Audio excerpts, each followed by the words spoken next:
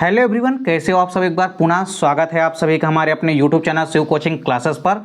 उम्मीद करते हैं दोस्तों आप सभी मस्त होंगे, बेहतर होंगे, आप सभी की पढ़ाई भी अच्छे ढंग से चल रही होगी। और आज के इस वीडियो में हम आप लोगों को यहाँ पे चैप्टर 4 के जितने भी मोस्ट इम्पोर्टेंट क्वेश्चन हैं वो हम आप लोगों को आज के इस वीडियो में बताने वाले हैं। तो आइए सीधे वीडियो को स्टार्ट करते हैं।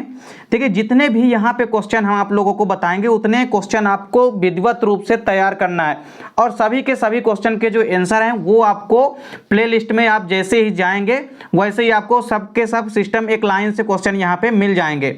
तो कोई भी टॉपिक आप सर्च करेंगे तो वहाँ पे आपको प्लेलिस्ट में सारे के सारे यहाँ पे जो भी क्वेश्चन है उनके आंसर आपको प्लेलिस्ट में मिल जाएंगे। तो चलिए सीधे वीडियो को स्टार्ट करते हैं। देखिए, पहला क्वेश्चन क्या है, मेंडल द्वारा मटर के पौधे चुने जाने के कारण। One of most important question है, कई बार एग्जाम में पूछा भी गया है कि मेंडल द्वारा मटर के पौधे चुने जाने के कारण लिखिए। या आपसे ऐसा भी पूछ सकता है कि मेंडल ने मटर के पौधे ही क्यों चुने, इसके क्या कारण है। तो पहला क्वेश्चन तो यह है कि मेंडल के द्वारा चुने गए जो मटर के पौधे हैं उनके क्या कारण थे। दूसरा क्वेश्चन है, यहां से एक अंतर आया करता है, दो अंतर है यहाँ पे और दोनों अंतर में से कोई ना कोई अंतर 3 या 4 नंबर के क्वेश्चन में हमेशा आता है। पहला अंतर जो है वो है समयुग्मजी और विषमयुग्मजी में अंतर बताना है, मतलब होमोजाइगस एंड हेटेरोजाइगस के मध्य डिफरेंस बताना है आपको। ये दूसरा क्वेश्चन है, ये क्वेश्चन काफी इंपॉर्टेंट है। एक और अंतर है जो कि इसके अलावा पूछा जाता है, जीनोटाइप एवं फिनोटाइप के मध्य अंतर, यानी जीनोटाइप या जीन प्ररूप आप कह सकते हो जिसको, फिनोटाइप मतलब लक्षण प्ररूप। तो जीनोटाइप और फिनोटाइप के मध्य डिफरेंस आपको तैयार करना, दोनों के दोनों डिफरेंस में से आप याद रखिए कोई ना कोई डिफरेंस आता ही आता है। अब अगला क्वेश्चन है, मेंडल के नियमों को समझाइए।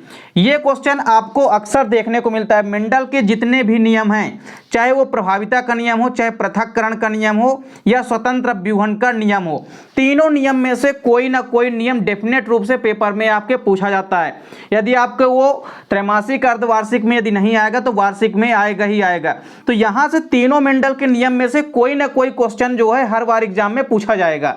तो तीनों नियम आपको अच्छे से तैयार करने, चाहे वो लॉ ऑफ डोमिनेंस हो, चाहे लॉ ऑफ सेग्रीगेशन हो, चाहे स्वतंत्र व्यूहन का नियम हो, ये तीनों के तीनों नियम आपको अच्छे से तैयार करने हैं। अगला क्वेश्चन है, गुण सूत्रों की संरचना, इसके प्रकार तथा कार्य, ये चीजें आपको तैयार करनी है।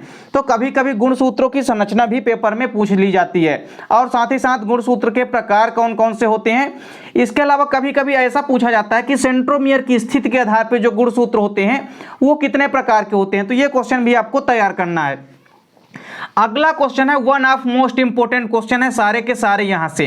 तो अगला क्वेश्चन है, मेंडल नियम के अपवादों को समझाइए या मेंडल नियम से विचलन को समझाइए।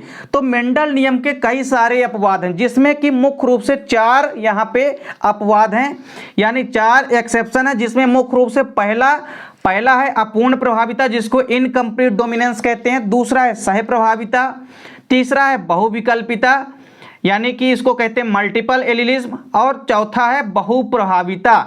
तो यहाँ पे आपको जितने भी मेंडल नियम के अपवाद दिए गए हैं, चारों अपवाद में से कोई ना कोई अपवाद आपसे पेपर में पूछा ही जाता है। चाहे आपसे अपूर्ण प्रभाविता किसे कहते हैं ये पूछ लिया जाए, चाहे सह प्रभाविता क्या होती है ये पूछ लिया जाए, चाहे बहुविकल्पिता आपसे पूछ ली जाए और चाहे बहुप्रभाविता आपसे पूछ ली जाए। चारों के चारों मेंडल नियम के जो अपवाद हैं इसकी भी हमने पूरी की पूरी वीडियो प्रोवाइड करा दी है। एक वीडियो में हमने अपूर्ण प्रभाविता और सह प्रभाविता बताया है, फिर एक लास्ट में वीडियो आई है जिसमें हमने बहुप्रभाविता कराया है, उसके बाद फिर एक वीडियो आई जिसमें बहुविकल्पिता यानी कि मल्टीपल एलिलिज्म की वीडियो है। तो इस प्रकार से चारों वीडियो 3 वीडियो में आपके 4 मेंडल के नियम के अपवाद को कराए गए हैं, वहां पे आप जाकर के प्लेलिस्ट में देख सकते हैं। तो यहाँ पे मेंडल के नियम के जितने भी अपवाद हैं इनको आपको अच्छे से तैयार करना, क्योंकि मेंडल नियम के अपवाद जो है अक्सर पेपर में आते हैं। अगला क्वेश्चन है, मानव में हीमोफीलिया तथा वर्णांधता रोग को समझाते हुए इनकी वंशागति को समझाइए।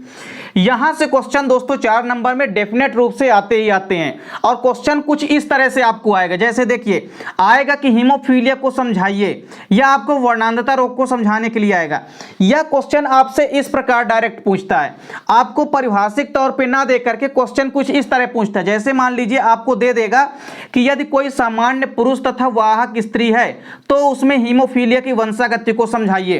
तो आपसे क्वेश्चन इसी फॉर्म में ही पूछे जाएंगे कि जैसे मान लीजिए आप कोई स्त्री वाहक है और पुरुष कैसा है, वर्णांध है, तो वाहक स्त्री और वर्णांध पुरुष के मध्य वंशागति समझाइए, किसकी, वर्णांधता की या हीमोफीलिया की। तो हीमोफीलिया व वर्णांधता की जो वंशागति है पूरे के पूरे जैसे 4 स्टेप में है इन दोनों का, तो वर्णांधता की वंशागति और हीमोफीलिया की, इनकी वंशागति आपको अच्छे से तैयार करनी है। इनकी अलग अलग वीडियो हमने प्रोवाइड कराई है, वंशागति की, वर्णांधता की वंशागति और हीमोफीलिया की वंशागति की, इनको आपको अच्छे से तैयार करना है। चारों के चारों कंडीशन जो हैं, 4 कंडीशन किसके लिए अप्लाई होती है, वर्णांधता के लिए, और 4 ही हीमोफीलिया के लिए है। तो यहां से क्वेश्चन कुछ इसी कदर बनेगा। क्वेश्चन हमने आपको बता दिया कि क्वेश्चन किस प्रकार से आता है। क्वेश्चन आपको आएगा कि यदि किसी हीमोफीलिक पुरुष का विवाह किसी सामान्य स्त्री से कर दिया जाए तो उसमें हीमोफीलिया की वंशागति को समझाना है। या आपसे कोई ऐसा क्वेश्चन पूछे कि यदि पुरुष सामान्य हो तथा स्त्री वाहक हो तब उसमें हीमोफीलिया की वंशागति को समझाइए। तो इस प्रकार जितनी भी कंडीशन है इसको आपको अच्छे से तैयार करना है। कोई ना कोई क्वेश्चन इस प्रकार से घुमा के आपसे पूछा जाता है। अगला क्वेश्चन है संकर पूर्वज संकरण, बैक क्रॉस और टेस्ट क्रॉस। ये दोनों के दोनों क्रॉस इंपॉर्टेंट है क्योंकि ये अक्सर एग्जाम में पूछे जाते हैं। तो संकर पूर्वज संकरण जिसको आप बैक क्रॉस कहते हैं, इसके अलावा परीक्षण क्रॉस यानी कि टेस्ट क्रॉस जो होता है, ये 2 क्रॉस यहाँ पे डेफिनेट रूप से आपके एग्जाम में कई बार पूछे जा चुके हैं। इन दोनों क्रॉस को आपको अच्छे से तैयार करना है। अगला क्वेश्चन है मानव में लिंग निर्धारण को समझाइए, सेक्स डिटर्मिनेशन को समझाना है। मानव में लिंग का निर्धारण कैसे होता है इसकी वीडियो भी हमने आपको अलग से प्रोवाइड कराई है। मानव में लिंग निर्धारण के अलावा कभी कभी आपसे नर ड्रोसोफिला में या ड्रोसोफिला में भी लिंग निर्धारण आपसे पूछ लिया जा सकता है। तो इसकी वीडियो भी हमने प्रोवाइड करा दी है, प्लेलिस्ट में जाकर के आप क्रमशः वहां पे देख सकते हैं।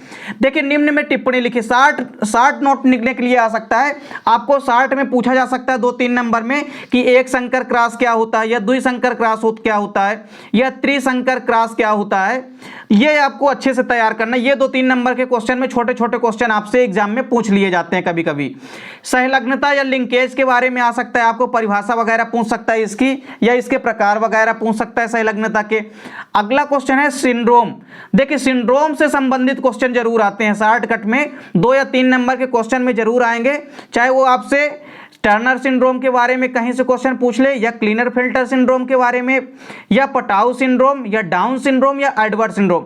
जो भी सिंड्रोम होते हैं जो कि गुणसूत्रीय असमानताओं के कारण उत्पन्न होने वाले रोग हैं, कोई ना कोई सिंड्रोम से संबंधित क्वेश्चन जरूर आता है। यदि क्वेश्चन नहीं आएगा तो ऑब्जेक्टिव क्वेश्चन जरूर इनसे बनेंगे, इसलिए आपको सिंड्रोम अच्छे से तैयार करना है। एक और क्वेश्चन है छोटा सा जो कभी कभी पूछ लिया जाता है विशिष्ट गुणसूत्र के बारे में। तो विशिष्ट गुणसूत्र की 2 विशिष्ट प्रकार के गुणसूत्र होते हैं विशेष रूप से। एक होता है लैम्प ब्रूस क्रोमोसोम, दूसरा पॉलीटिन क्रोमोसोम, जिसकी वीडियो हमने विस्तार रूप से आपको करा दी है। तो यदि दोस्तों अभी तक आप इन क्वेश्चनों में से कोई भी क्वेश्चन नहीं देखे या नहीं पढ़े हैं तो आप प्लेलिस्ट में जाकर के देख के पढ़ सकते हैं। उम्मीद करता हूं दोस्तों वीडियो पसंद आई होगी। दोस्तों मिलते हैं नेक्स्ट वीडियो में, तब तक के लिए जय हिंद, वंदे मातरम।